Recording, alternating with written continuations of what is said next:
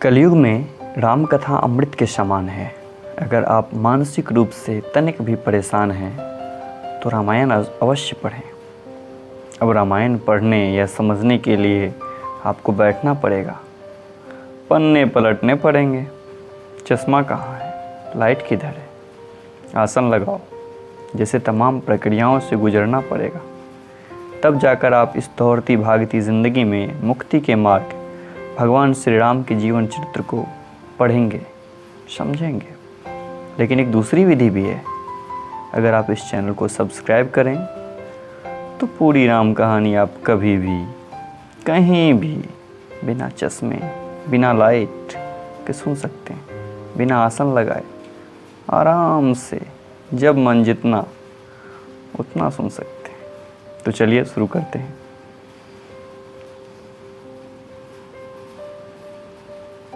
महादेव बाबा विश्वनाथ की जय, माँ पार्वती की जय, सीता रामचंद्र की जय, पवन सुत हनुमान जी की जय। पिछले भाग में आपने सुना कि श्री राम जी हनुमान जी को दूत के रूप में भेजते हैं अयोध्यापुरी और उसके बाद स्वयं अयोध्या प्रस्थान करते हैं।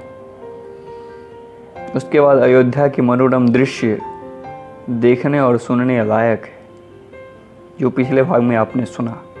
अब इस भाग में हम प्रारंभ करते हैं जहाँ श्री रामचंद्र जी अब राज सिंहासन पर सुशोभित होंगे। वह प्रसंग प्रारंभ होता है। अवधपुरी बहुत ही सुंदर सजाई गई। देवताओं ने पुष्पों की वर्षा झड़ी लगा दी।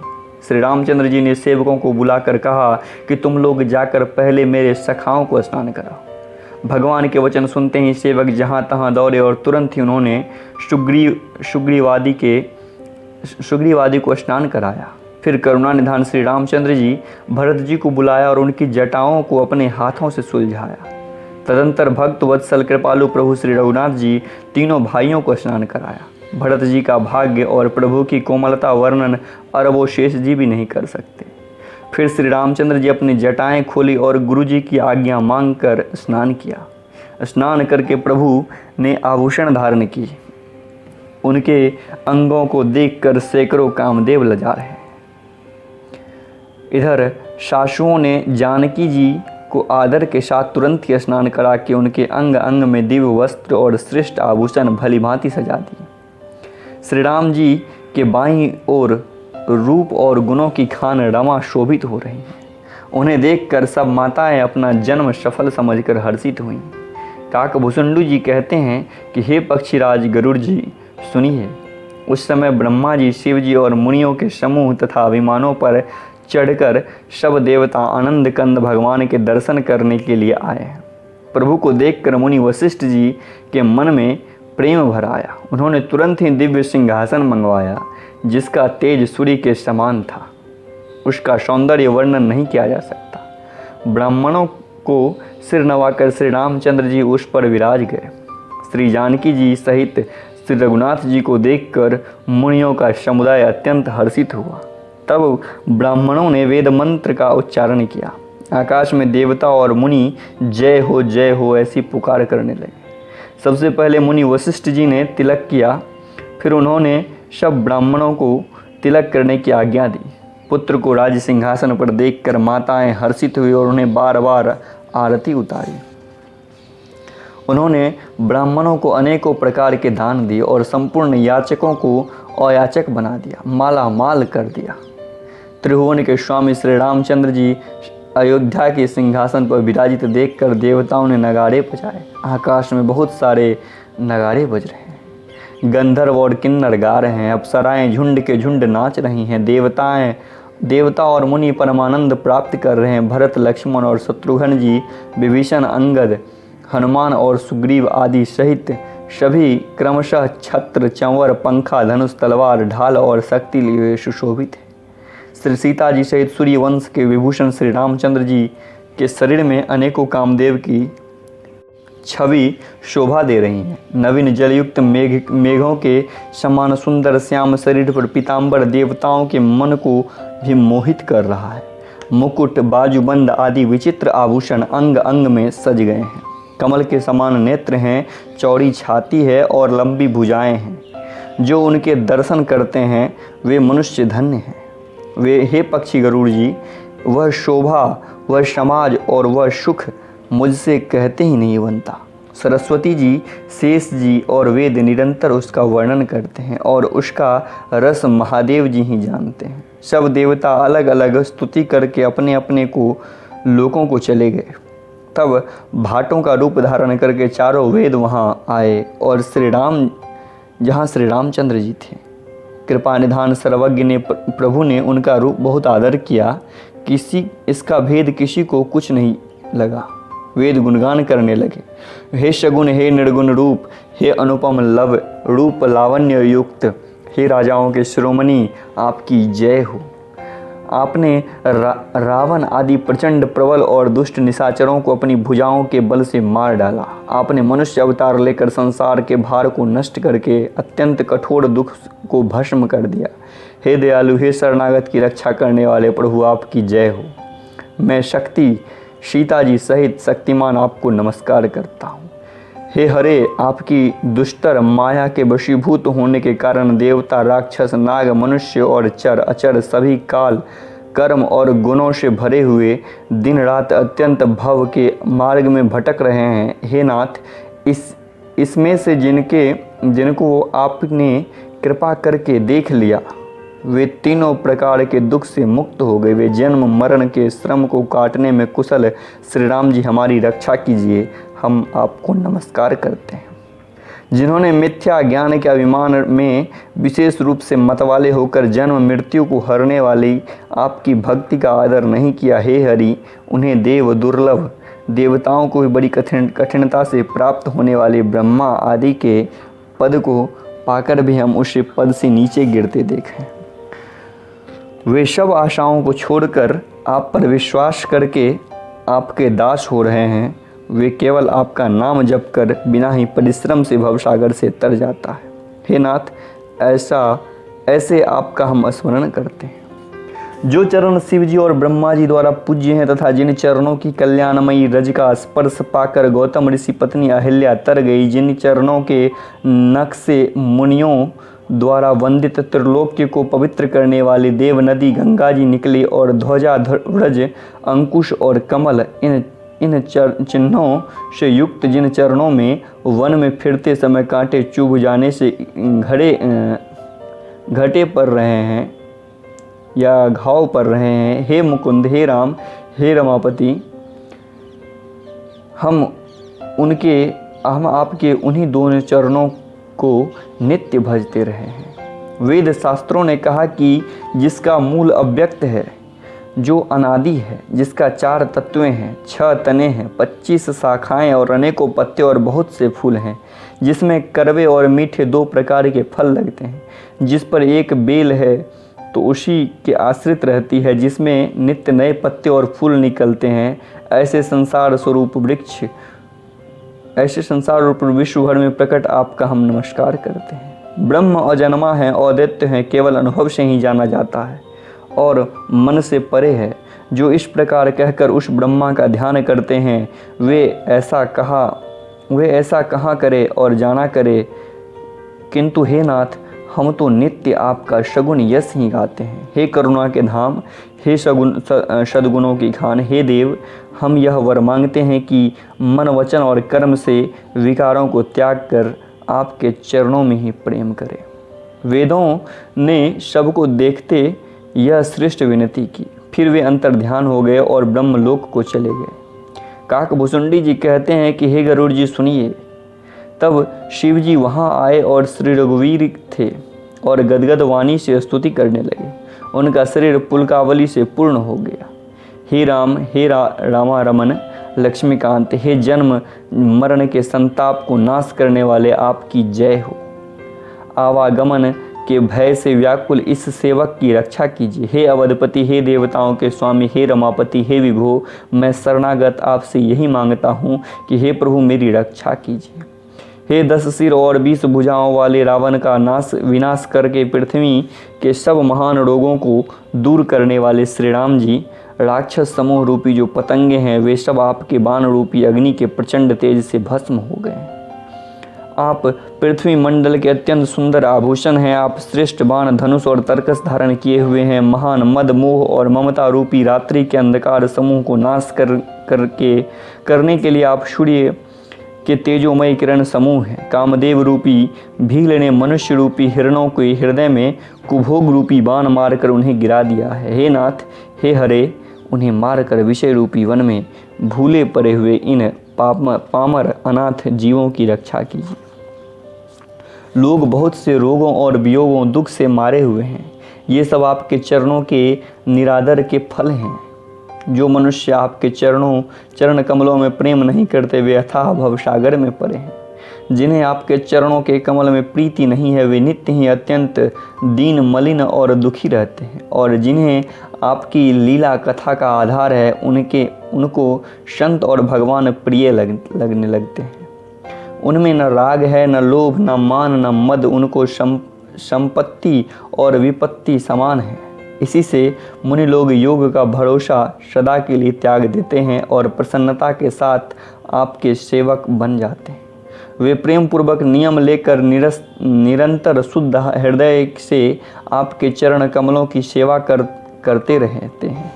और निरादर और आदर को समान मानकर वे सब संत सुखी होकर पृथ्वी पर विचरते हैं।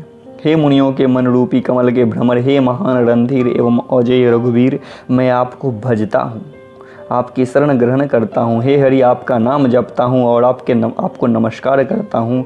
आप जन्म मरण रूपी रोग की महान औषध और अभिमान के शत्रु हैं। आप गुणशील और कृपा के परम स्थान हैं। आप लक्ष्मीपति हैं और मैं आपको निरंतर प्रणाम करता हूँ। हे रघुनंदन, द्वंद्व समूहों का नाश कीजिए। हे पृथ्वी के पालन करने वाले राजन, इस दीन जन की ओर भी दृष्टि डालिए। मैं आपसे बार बार यही वरदान मांगता हूँ कि मुझे आपके चरण कमलों की अचल भक्ति और आपके भक्तों का सत्संग सदा प्राप्त हो। हे लक्ष्मीपते, हर्षित होकर मुझे यही दीजिए। श्री रामचंद्र जी के गुणों का वर्णन करके उमापति महादेव जी हर्षित होकर कैलाश को चले गए। तब प्रभु ने वानरों को सब प्रकार से सुख देने वाले डेरे दिलवाए। हे गरुड़ जी, सुनिए, यह कथा पवित्र करने वाली है। सबको दैहिक, दैविक और भौतिक तीनों प्रकार के तापों का और जन्म मृत्यु के भय का नाश करने वाली है। महाराज श्री रामचंद्र जी के कल्याणमय राज्याभिषेक का चरित्र सुनकर मनुष्य वैराग्य और ज्ञान प्राप्त करते हैं। और जो मनुष्य सब काम भाव से सुनते और जो गाते हैं, वे अनेकों प्रकार के सुख और संपत्ति पाते हैं। वे जगत में देव दुर्लभ सुखों को भोग कर अंतकाल में श्री रघुनाथ जी के परम धाम को जाते हैं। इसे जो जीवन मुक्त, विरक्त और विषयी सुनते हैं, वे भक्ति, मुक्ति और नवीन संपत्ति, नित्य नए भोग पाते हैं। हे पक्षीराज गरुड़ जी, मैंने अपनी बुद्धि की पहुँच के अनुसार राम कथा वर्णन की है, जो भय और दुखों को हरने वाले हैं। यह वैराग्य, विवेक और भक्ति को दृढ़ करने वाली तथा मोह रूपी नदी के लिए सुंदर नाव है। अवधपुरी में नित्य नए मंगलोत्सव होते हैं। सभी वर्गों के लोग हर्षित होते हैं। श्री राम जी के चरण कमल में जिन्हें श्री शिव जी, मुनिगण और ब्रह्मा जी भी नमस्कार करते हैं, सबकी नित्य नवीन प्रीति है। भिक्षुओं को बहुत प्रकार के वस्त्राभूषण पहनाए गए और ब्राह्मणों ने नाना प्रकार के दान पाए। वानर सब ब्रह्मानंद में मग्न हैं। प्रभु के चरणों में सबका प्रेम है। उन्होंने दिन जाते जाते ही नहीं और बात बात में ही 6 महीने बीत गए। तब उन लोगों को अपने घर भूल गए। जगत की तो बात ही क्या, उन्हें स्वप्न में भी घर की सुध नहीं आती।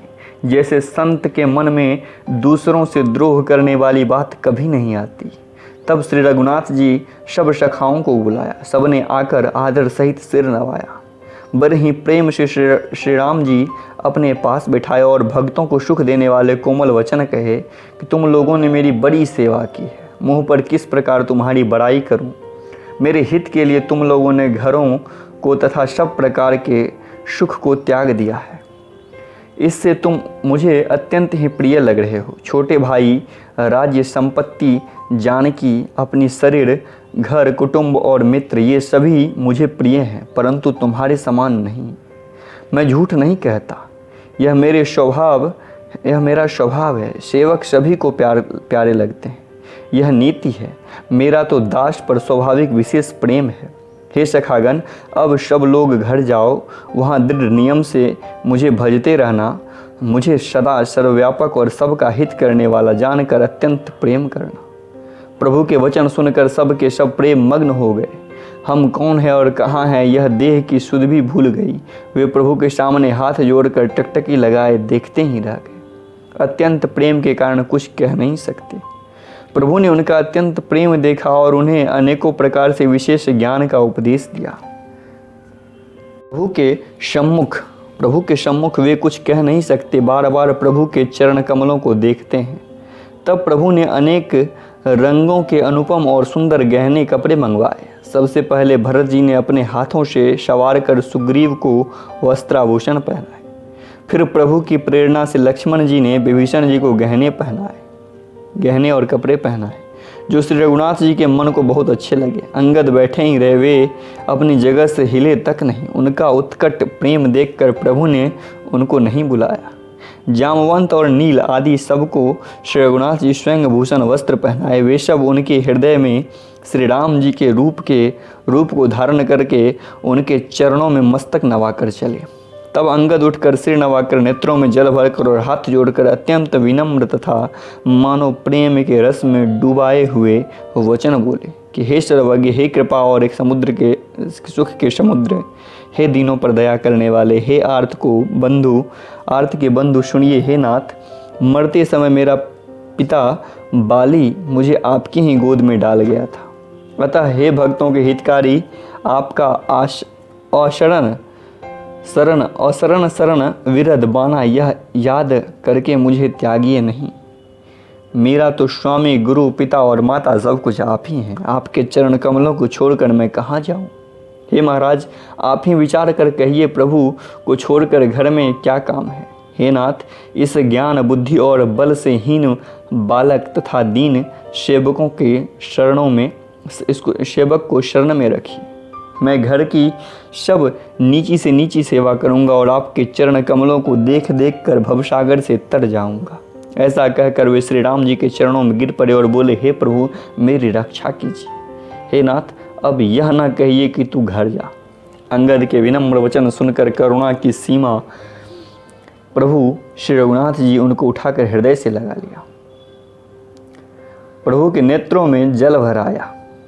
तब भगवान ने अपने हृदय की माला, वस्त्र और मणि रत्नों का आभूषण बाली पुत्र अंगद को पहनाकर और बहुत प्रकार से समझाकर उनकी विदाई की। भक्त की करनी को याद करके भरत जी, छोटे भाई शत्रुघ्न जी और लक्ष्मण जी सहित उनको पहुंचाने चले।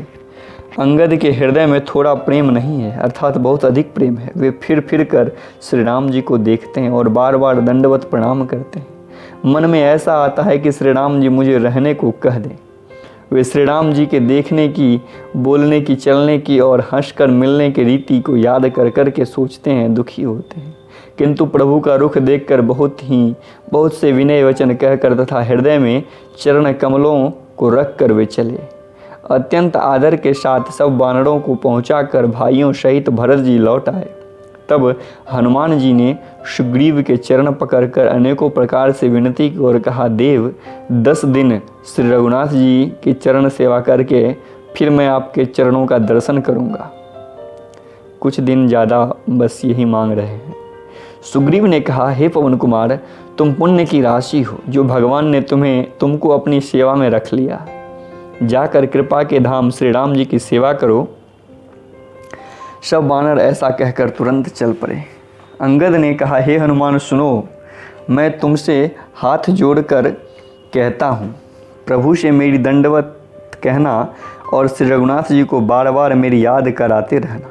ऐसा कहकर बालीपुत्र अंगद चले। तब हनुमान जी लौट आए और आकर प्रभु से उनका प्रेम वर्णन किया। उसको सुनकर भगवान प्रेम के मग्न हो गए। काकभूषणी जी कहते हैं, हे गुरु जी, श्री राम जी का चित्त व्रज से भी अत्यंत कठोर है और फूल से भी अत्यंत कोमल है। तब कहिए वह किसकी समझ में आ सकता है? फिर कृपालु श्री राम जी निषाद राज को बुला लिया और उन्हें भूषण वस्त्र प्रसाद में दिए और कहा, अब तुम लोग घर जाओ, वहाँ मेरा स्मरण करते रहना और मन वचन और कर्म से धर्म के अनुसार चलना। तुम मेरे मित्र हो और भरत के समान भाई हो। अयोध्या में सदा आते जाते रहना। यह वचन सुनते ही उसको भारी सुख उत्पन्न हुआ। नेत्रों में जल भरकर वे चरणों में गिर पड़े। फिर भगवान ने चरण कमलों को हृदय में रखकर वह घर आया और आकर अपने कुटुंबियों को उसने प्रभु के स्वभाव को सुनाया। श्री रघुनाथ जी का यह चरित्र देखकर अवधपुरवासी बार बार कहते हैं कि सुख की राशि श्री रामचंद्र जी धन्य हैं। श्री रामचंद्र जी के राज्य पर प्रतिष्ठित होने पर तीनों लोग हर्षित हो गए। उनके सारे शोक जाते रहे, कोई किसी से वैर नहीं करता है। श्री राम जी के प्रताप से सबकी विषमता मिट गई। सब लोग अपने अपने वर्ण और आश्रम के अनुकूल धर्म में तत्पर हुए सदा वेद मार्ग पर चलते हैं और सुख पाते हैं। उन्हें न किसी बात का भय है और न शोक, न कोई रोग न सताता है। राम राज्य में दैहिक, दैविक और भौतिक तप किसी को नहीं व्यापते। सब मनुष्य परस्पर प्रेम करते हैं और वेदों में बताई हुई नीति में तत्पर रहकर अपने अपने धर्म का पालन करते हैं। धर्म उनके चारों चरणों सत्य, शौच, दया और दान से जगत में परिपूर्ण हो रहा है। स्वप्न में भी कहीं पाप नहीं है। पुरुष और स्त्री सभी राम भक्त के परायण हैं और सभी परम गति के अधिकारी हैं। छोटी अवस्था में मृत्यु नहीं होती, न किसी को कोई पीड़ा होती है। सभी के शरीर सुंदर और निरोग हैं। न कोई दरिद्र है, न दुखी, न दीन है। न कोई मूर्ख है, न कोई शुभ लक्षणों से हीन है। सब दम्भ रहित और धर्म परायण है और पुण्यात्मा है। पुरुष और स्त्री सभी चतुर और गुणवान हैं। सभी गुणों का आदर करने वाले और पंडित हैं तथा सभी ज्ञानी हैं। सभी कृतज्ञ हैं, दूसरे के उपकार को मानने वाले हैं कपट चतुराई किसी में नहीं है।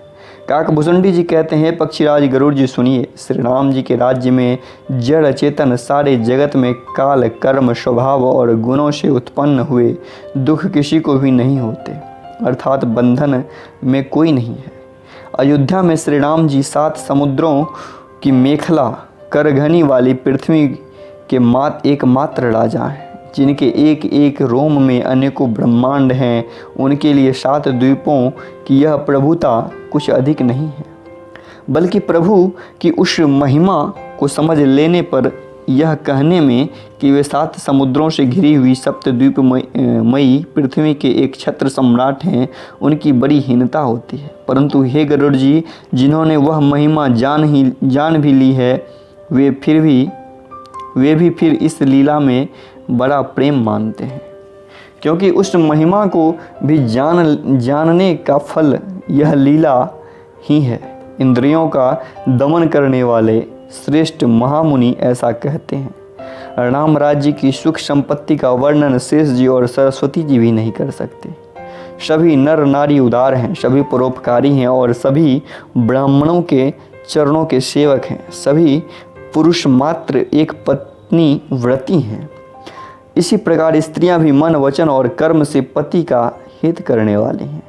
श्री रामचंद्र जी के राज्य में दंड केवल सन्यासियों के हाथ में और भेद नचाने वाले नृत्य समाज में है और जीतो शब्द केवल मन के जीतने के लिए सुनाई पड़ता है, अर्थात राज्य नीति में शत्रुओं को जीतने तथा चोर डाकुओं आदि का दमन करने के लिए साम, दाम, दंड और भेद, ये 4 उपाय किए जाते हैं। राम राज्य में कोई शत्रु है ही नहीं, इसलिए जीतो शब्द केवल मन को जीतने के लिए कहा जाता है। कोई अपराध करता ही नहीं, इसलिए दंड किसी को नहीं होता।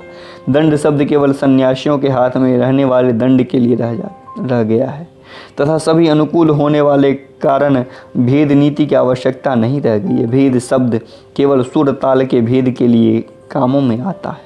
वनों में वृक्ष सदा फूलते और फलते हैं, हाथी और सिंह एक साथ रहते हैं। पक्षी और पशु सभी ने स्वाभाविक और भुलाकर आपस में प्रेम बढ़ा लिया है।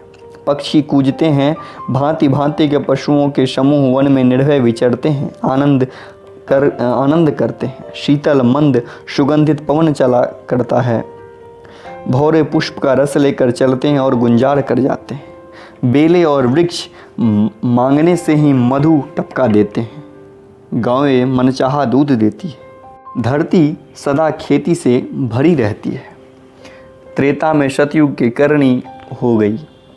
समस्त जगत के आत्मा भगवान को जगत का राजा जानकर पर्वतों ने अनेक प्रकार की मणियों की खानें प्रकट कर दी। सब नदियाँ श्रेष्ठ, शीतल, निर्मल और सुखप्रद और स्वादिष्ट जल बहने लगी। समुद्र अपनी मर्यादाओं में रहते हैं, वे लहरों के द्वारा किनारों पर रत्न डाल देते हैं जिन्हें मनुष्य पा जाते हैं। सब तालाब कमलों से परिपूर्ण है, दशों दिशाओं के विभाग अत्यंत प्रसन्न है। श्री रामचंद्र जी के राज्य में चंद्रमा अपनी किरणों से पृथ्वी को पूर्ण कर देती है। सूर्य उतना ही तपते हैं जितने आकाश की आवश्यकता, और मेघ मांगने से जहाँ जितना चाहिए उतना जल देते हैं। प्रभु श्री रामचंद्र जी ने करोड़ों अश्वमेध यज्ञ किए और ब्राह्मणों को अनेकों दान दिए। श्री रामचंद्र जी वेद मार्ग के पालन करने वाले, धर्म की धूरी को धारण करने वाले, तीनों गुणों से अतीत और भोगों में इंद्र के समान है। शोभा की खान, सुशील और विनम्र सीता जी सदा पति के अनुकूल रहती हैं। वे कृपा सागर श्री रामचंद्र जी की प्रभुता को जानती हैं और मन लगाकर उनके चरण कमलों की सेवा करती हैं। यद्यपि घर में बहुत से दास और दासियां हैं, वे सभी सेवा की विधि में कुशल हैं, तथापि श्री सीता जी घर की सब सेवा अपने ही हाथों से करती और श्री रामचंद्र जी की आज्ञा का अनुसरण करती है। कृपा सागर श्री रामचंद्र जी जिस प्रकार से सुख मानते हैं, सीता जी वही करती हैं, क्योंकि वे सेवा की विधि को जानने वाले हैं। घर में कौशल्या आदि सभी सासुओं की सीता जी सेवा करती हैं, उन्हें किसी बात का अभिमान और मद नहीं है। शिव जी कहते हैं, हे उमा जगत जननी रमा, सीता जी ब्रह्मा आदि देवताओं से वंदित तथा सदा आनंदित सर्वगुण संपन्न है। देवता जिनकी कृपा कटाक्ष चाहते हैं परंतु वे उनकी ओर देखती भी नहीं। वे ही लक्ष्मी जी, जानकी जी अपने महिमा को, स्वभाव को छोड़कर श्री रामचंद्र जी के चरणाविंद में प्रीति करती हैं। सब भाई अनुकूल रहकर उनकी सेवा करते हैं। श्री रामचंद्र जी के चरणों में उनकी अत्यंत अधिक प्रीति है। वे सदा शुभ मुखारविंद को देखते हैं और कृपालु श्री रामचंद्र जी कभी उन्हें सेवा करने को कहे। श्री रामचंद्र जी सभी भाइयों पर प्रेम करते हैं और उन नाना प्रकार की नीतियाँ सिखलाते हैं। नगर के लोग हर्षित होते हैं और सब प्रकार के दुर्लभ देवताओं को भी कठिनता से प्राप्त होने वाले भोग भोगते हैं। वे दिन रात ब्रह्मा जी को मनाते रहते हैं और श्री रघुवीर के चरणों में प्रीति चाहते हैं। सीता जी के लव और कुश ये 2 पुत्र उत्पन्न हुए जिनका वेद पुराणों में वर्णन किया है। वे दोनों ही विजय विख्यात, नम्र और गुणों के धाम हैं और अत्यंत सुंदर हैं, मानो श्री हरि के प्रतिबिंब ही हो। 2 पुत्र सभी भाइयों के हुए जो बड़े ही सुंदर, गुणवान और सुशील थे, जो बौद्धिक ज्ञान वाणी और इंद्रियों से परे और अजन्मा है तथा माया, मन और गुणों के परे हैं। वही सच्चिदानंद घन भगवान श्रेष्ठ नरलीला करते हैं। आज के लिए बस इतना ही। महादेव बाबा विश्वनाथ की जय, माँ पार्वती की जय, सीता रामचंद्र की जय, पवन सुत हनुमान जी की जय। जय श्री राम।